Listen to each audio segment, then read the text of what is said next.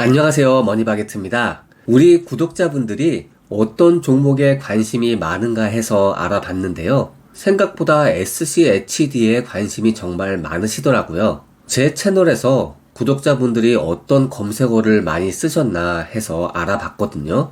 1위가 SCHD였습니다. 제 구독자분들이 왜 SCHD에 관심이 많으실까 해서 생각을 해봤는데요. 제가 매번 영상을 찍을 때마다 S&P 500 ETF를 거의 매주 강조를 드렸고요. 이게 가장 좋다, 이것만 투자해도 된다라고 말씀드렸지만 아무리 S&P 500이 좋은 투자처라고는 해도 내 계좌를 봤을 때 덩그러니 종목 하나만 있으면 왠지 좀 없어 보이는 게 있잖아요. 종목 자체가 워낙 스탠다드한 상품이다 보니까 이거 하나만 투자하기에는 그래도 내가 나름 투자를 하는 사람인데 투자에 내 색깔이 하나도 묻어나지 않고 그냥 시장만 쭉 따라가기에는 내가 뭔가 좀 없어 보이는 거죠. 우리는 사람이기 때문에 투자에도 내 잘한 걸 녹여내고 싶겠죠. 그래서 다른 좋은 종목을 섞어서 넣고 싶은데 그래도 불안하게 하기는 싫으니까 좀 안전한 게 없을까 하면서 찾다가 SCHD를 만나게 되는 것 같아요. 물론 내 성향이 좀 위험한 것도 즐긴다라는 분은 나스닥이나 차이나 전기차 혹은 팡, 테크탑 같은 요즘 뜨는 고수익 상품을 섞어서 더 높은 수익을 노리곤 하지만요. 우리 구독자분들은 안정적인 걸 선호하는 분이 많으니까요. SCHD를 S&P 500과 섞어서 높은 안정성과 높은 배당을 같이 누리기도 하겠죠. 저 역시도 이런 투자 방법은 적극 권장드립니다. 절반 정도는 S&P 500이 든든하게 뒷배로 채워주면은 그 위에서 내 색깔을 녹여내는 투자를 했을 때 그 투자가 성공할 가능성이 훨씬 더 높거든요. 그래서 그 대상으로 SCHD를 찾는 거 저는 정말 좋다고 생각해요. 제 채널 구독자분들은 안정적인 성향이 많고 그래서 배당이 주는 의미가 조금 더 특별할 수밖에 없는데요. 과연 배당주로서 SCHD는 적절한 역할을 하고 있을까요? 그래서 오늘 SCHD를 진짜 제대로 알아보는 시간을 갖겠습니다. 영상 끝까지 봐주시면 SCHD에 대해서 누구보다도 잘 아실 수 있을 거예요. 영상 끝까지 봐주세요. 우선 내 포트폴리오에 S&P 500 ETF가 있는 상태에서 그 위에 SCHD를 더한다는 건 S&P 500이 시가총액 순으로 배당된 포트폴리오이기 때문에 거기서 배당과 실적이 좋은 기업을 조금 더 많이 넣어 가겠다는 의미가 됩니다. 그럼 SCHD가 어떤 종목으로 구성됐는지 알아보겠습니다. 1위가 시스코, 2위가 암젠, 3위가 에브비, 4위가 홈디포, 5위가 브로드컴인데요. 5개 종목 모두 S&P 500에 동시에 포함되어 있고요. 이 중에 시스코와 암젠, 브로드컴은 나스닥 100에도 동시에 포함되어 있어요. SCHD에 포함된 종목은 웬만해서는 S&P 500에도 들어간다는 거죠. 종목을 제대로 고른다면 어떤 기준으로 고르든 결국 선발되는 종목은 비슷비슷하다는 걸 알 수 있습니다.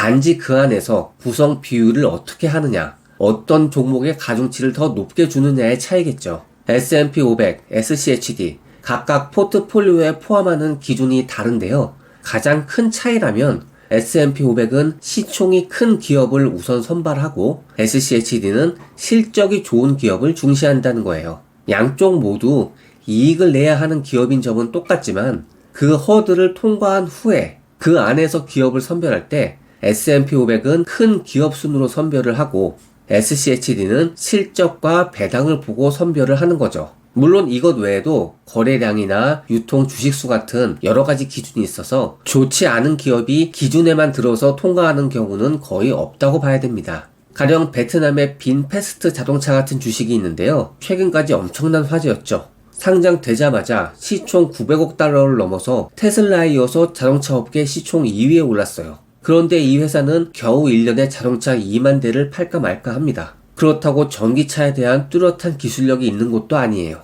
그런데 이 기업이 어떻게 시총 2위까지 올랐느냐? 알고 보니까 유통되는 주식수가 전체의 1%도 안 되는 거예요. 그러다 보니까 적은 주식으로 주가를 쉽게 올릴 수 있는 거죠. 그러면서 이 주식은 순식간에 80달러가 넘었다가 불과 며칠 만에 17달러로 쪼그라들었어요. 앞으로 더 내려가겠죠. 이런 현상 때문에 유통 주식수에 제한을 두지 않고 오직 시총만 가중해서 평가하는 ETF나 펀드들은 이런 주식을 강제로 담을 수밖에 없었고요. 강제로 담을래도 유통되는 주식이 적으니까 어쩔 수 없이 비싸게 담아야 되고 결국 주가는 더 거품이 끼게 된 거죠. 그래서 잘 만들어진 펀드나 ETF들은 단순히 눈에 보이는 수치뿐만 아니라 유통 물량도 보고 실제로 그 중에서 거래량이 얼마나 되는지도 보고 하는 세세한 기준을 가지고 있습니다. 주가 조작이 불가능한 종목만 넣겠다는 거죠. 그래서 투자 고수들이 S&P 500을 외치는 거죠. 하지만 그런 S&P 500보다도 좀 다른 기준으로 주식을 선발하고 싶다라고 해서 나온 게 SCHD인데요. 이건 기준이 비슷한 듯 하면서도 다릅니다. 그래서 SCHD를 알려면 어떤 기준으로 종목을 선정하는지를 알 필요가 있는데요. 여기에 대해서도 제가 가장 정확한 기준을 설명해 드리겠습니다. 일단 예선을 통과하는데 세 가지를 봅니다. 첫째, 최근 10년간 연속으로 배당을 지급한 기업. 둘째, 최소 거래 가능 주식 기준 시가총액 5억 달러 이상. 셋째, 최소 3개월 200만 달러의 평균 1일 거래량. 그렇게 기준을 통과한 주식을 대상으로 또다시 배당 수익률 기준으로 상위 50%를 추려내요. 배당을 꾸준히 주면서 배당 수익률도 높아야 된다는 얘기죠. 정말 여기까지 오면 확실히 배당을 주는 기업만 골라낼 수 있겠네요. 그리고 여기서 다시 4가지 항목을 둬서 각각 25점씩 할당해서 평가를 합니다. 첫째, 부채가 얼마나 적은가. 둘째, 자본 대비 얼마나 수입을 올렸는가. 셋째, 배당 수익률이 얼마인가. 넷째, 5년 동안 얼마나 배당을 증가시켰는가. 이 기준에서는 배당을 많이 주는 기업을 일단 골라냈기 때문에 그 안에서 배당만 높고 사실은 안 좋은 기업들을 배제하는 거예요. 부채가 많거나 영업이익이 적으면 낮은 점수를 받겠죠. 그리고 배당이 늘어나지 않는다면 성장하지 못한다고 보고 감점을 받겠죠. 이 과정에서 배당만 하고 성장이 없는 회사들, 특히 배당주가 가장 문제가 되는 것, 회사 시총을 갉아먹으면서 배당금을 기형적으로 높이는 그런 나쁜 기업들을 효과적으로 걸러낼 수 있습니다.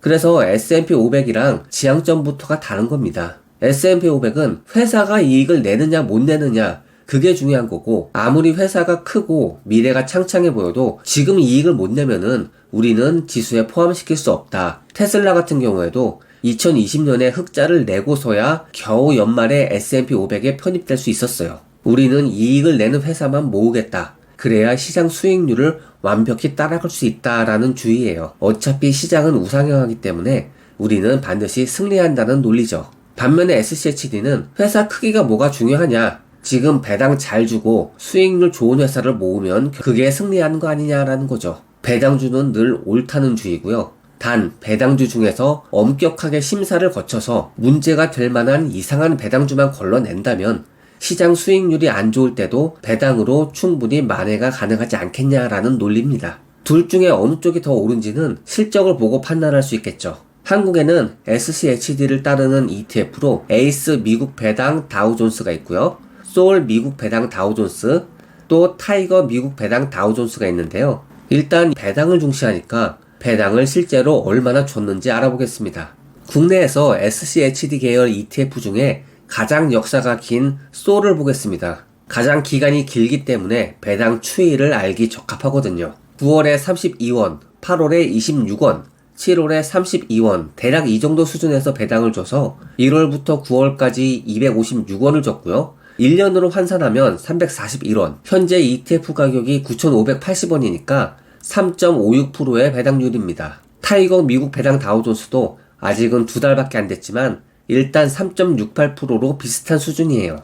요즘 가장 인기 있는 에이스 미국 배당 다우존스는 1년 동안 370원을 배당해서 3.49%로 나타납니다. 타이거 3.68, 소울 3.56, 에이스 3.49 순서인데요. 이건 배당 당일 가격이나 기준일에 따라 바뀔 수 있는 차이기 때문에 무시해도 될 만한 수치예요. 그런데 뭔가 좀 이상함을 느끼지 않으세요? 배당주 이름이 들어간 거 치고는 3%대면 좀 낮죠? 그렇습니다. 배당을 많이 주는 종목을 골랐지만 그 안에서 이상한 기업들을 거르다 보니까 배당률이 낮아질 수밖에 없고요.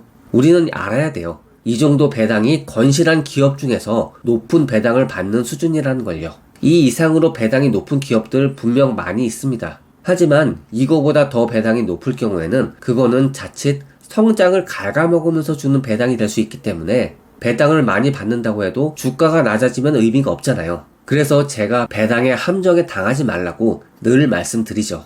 배당 높게 주는 기업 중에 좋은 기업 찾기 정말 어렵다고요. 간혹가다 이익을 잘 내서 배당이 높아지는 기업도 있지만 그런 기업은 이미 수요가 몰려서 주가가 저만치 높게 올라가 있고요. 그런 배당률이 낮아질 수밖에 없어요. 배당도 잘 주고 성장도 잘하는 기업은 이미 주가가 높은 수준에 올라가 있어서 우리가 사기엔 이미 늦은 경우가 많죠. 그래서 내가 발견한 배당주가 SCHD가 주는 수준보다 높은 배당을 준다면 일단 한번 경계를 해보셔야 돼요. 그래도 S&P 500은 배당률이 1.3%에 불과하니까요. SCHD는 2% 정도 더 높은 거죠. 그러니까 배당을 잘 주는 것만큼은 일단 확실한데 내가 2%의 배당을 더 받으려고 S&P 500이 주는 큰 회사의 이점 혹은 성장의 이점을 포기할 만한가? 이건 주가의 움직임으로 알아보면 되겠죠. 결국 주식은 주가로 말하니까요. 비교를 해보면요. SCHD와 S&P 500 ETF인 스파이의 1년 차트를 보면 S&P 500의 압승이지만요. 최근 3년간을 보면 둘의 차이가 오차 범위 내로 비슷해져요. 최근 5년으로 범위를 넓혀보면요. 또다시 S&P 500이 승리합니다. 10년으로 넓혀도 S&P 500이 승리하네요. 10년 동안 구간을 보면 SCHD는 잠깐의 기간을 제외하고는 SPY를 앞선 적이 없어요. 그런데 이건 SCHD는 배당이 더 높으니까 이 배당을 재투자한다고 가정하면 어떻게 될까요? 그래서 다시 비교를 해봤습니다. 10년 전에 $10,000를 투자하고 10년을 기다렸을 때 어떻게 됐는지를 계산해봤는데요.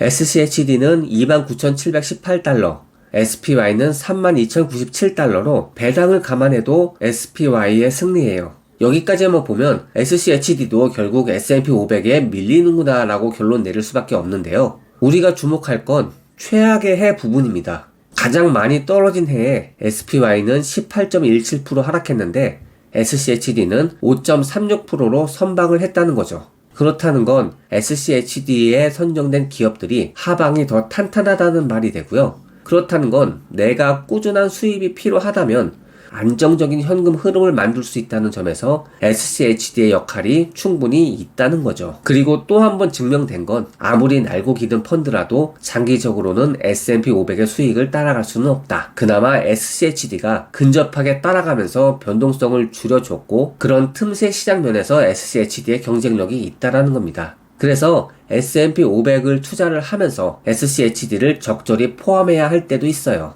S&P 500은 시장 수익률을 추정하기 때문에 시장 전체가 안 좋을 때는 똑같이 내려가거든요. 특히 2022년에 S&P 500 수익률은 정말 최악이었죠. 하지만 그때 SCHD가 잘 버텨줬다는 겁니다. 물론 2023년에 S&P 500이 그만큼 회복을 하는 사이에 SCHD는 오르지 못했지만요. 그래서 제가 말씀드릴 수 있는 SCHD의 용도는 하락장 때 나를 지켜주는 힘이 되는 거예요. 다른 종목이 다 내려가는데 SCHD라도 하방을 지켜주면서 다가올 상승장까지 내가 S&P 500을 더 보유할 수 있는 힘이 되는 거고요. 비록 SCHD가 배당이라는 이름이 들어가면서 JP나 QILD 같은 다른 배당주에 같이 묶여서 가기도 하지만요. 저는 S&P 500을 투자하면서 같이 투자하기에 정말 궁합이 잘 맞는다고 생각해요.